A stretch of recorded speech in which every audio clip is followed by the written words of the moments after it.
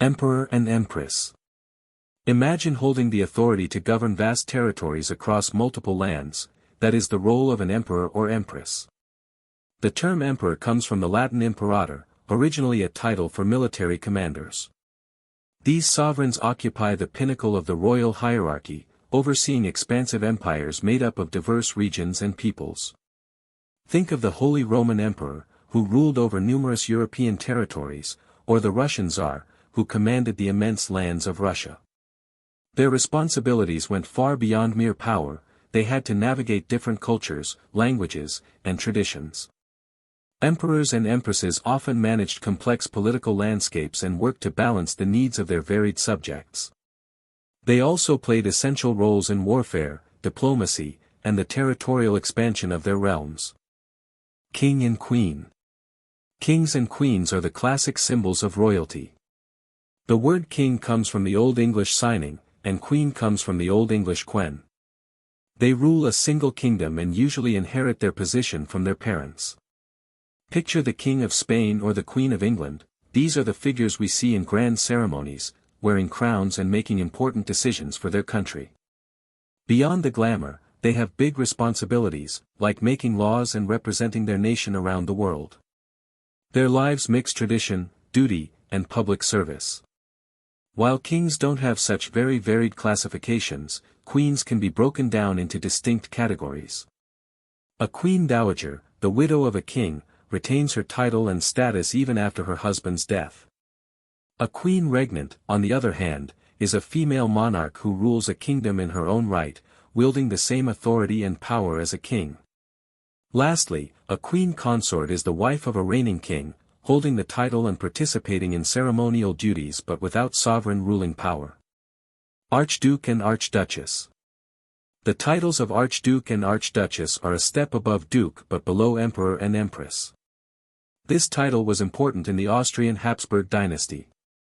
Archdukes had significant power and often managed important parts of the empire. Think of them as senior leaders in a big company. Archdukes and archduchesses often had their own courts and were involved in the administration of their territories. They played key roles in the political and social life of the empire, acting as advisors to the emperor and helping to maintain order and governance in their regions. Grand Duke and Grand Duchess. Grand Dukes and Grand Duchesses, ranking just below kings and queens, wield substantial power. The term Grand Duke emerged in 1569 for the ruler of Tuscany to denote a powerful duke whose realm was significant but not large enough to be a kingdom. Grand Dukes and Grand Duchesses rule over Grand Duchies, which are important territories but not as expansive as kingdoms. For instance, Luxembourg is led by a Grand Duke. Their constitution describes the role of the Grand Duke as the head of state, serving as a symbol of unity and a guardian of national independence. Prince and Princess. Princes and princesses, often children or close relatives of kings and queens, derive their titles from the Latin princeps, meaning, the first. The husband of a queen regnant is usually titled prince consort. Historically, daughters of monarchs were not regularly called princesses but simply lady. There was no female equivalent of titles like prince or earl in Old English aside from queen, that was until the 18th century, when King George I's descendants were titled Prince or Princess of Great Britain and Ireland. Princes and princesses sometimes govern their own areas, known as principalities. The Prince of Wales, for instance, is the title for the heir to the British throne, and the Princess of Monaco oversees a small yet famous area on the French Riviera. Duke and Duchess. Dukes and duchesses are high-ranking nobles who usually govern a duchy, a significant territory. Think of the Duke of Edinburgh or the Duchess of Cambridge. The title comes from the French duc, itself from the Latin dux, meaning leader, a term used in Republican Rome for a military commander without an official rank. Their titles come with a lot of prestige and history, often linked to specific regions. During the Middle Ages, the title Herzog was prominent among Germanic monarchies. Later, in feudal monarchies, they were the highest-ranking peers of the king. Today, with the exception of Luxembourg, which is led by a Grand Duke, no dukes rule as monarchs in the United Kingdom. A duke holds a dukedom, however, this title has never implied independent rule. Marquis and Marquis.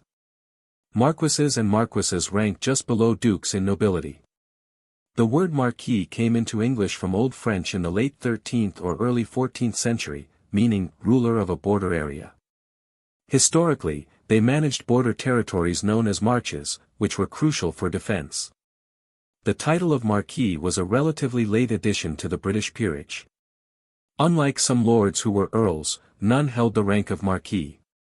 On the evening of Queen Victoria's coronation in 1838, Prime Minister Lord Melbourne explained the reason to her: marquises were not originally English.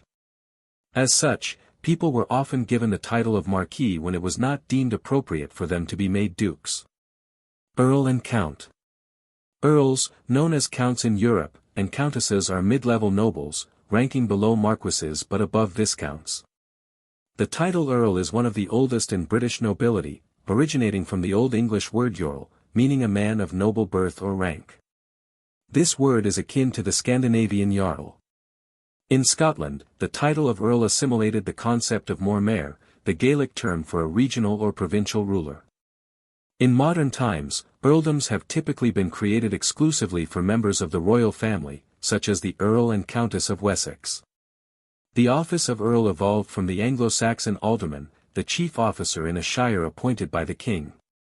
During Knut's reign, aldermen became earls governing in the king's name. Under Edward the Confessor, earls gained autonomy despite efforts to prevent hereditary succession. Some earldoms became hereditary. The Norman conquest of 1066 introduced an Anglo-Norman aristocracy, reducing and aligning earldoms with the king's needs. Viscount and Viscountess. Viscounts and viscountesses, ranking just below earls but above barons, hold prestigious and often hereditary titles. Historically, these nobles assisted earls in managing extensive territories and overseeing judicial duties. The term viscount originates from the Old French visconti and medieval Latin viscomes, meaning deputy or companion, first used in Normandy by the early 11th century. The status and any domain held by a viscount is a viscounty. In the Carolingian Empire, viscounts aided counts in governing provinces and smaller regions, with kings ensuring these roles were not hereditary to prevent rebellion. Baron and Baroness. Barons and baronesses are situated at the entry level of nobility and govern a barony. The title of baron has persisted through centuries, originating from the Old French baron and the late Latin baro, meaning man, servant, soldier, or mercenary. These aristocrats rank higher than lords or knights but below viscounts or counts. After the Norman conquest in 1066, the French feudal system introduced baronies. Legislation in the 17th and 19th centuries made feudal baronies obsolete, converting them into hereditary or life titles. Modern barons include royal family members and distinguished individuals, such as Alfred Lord Tennyson.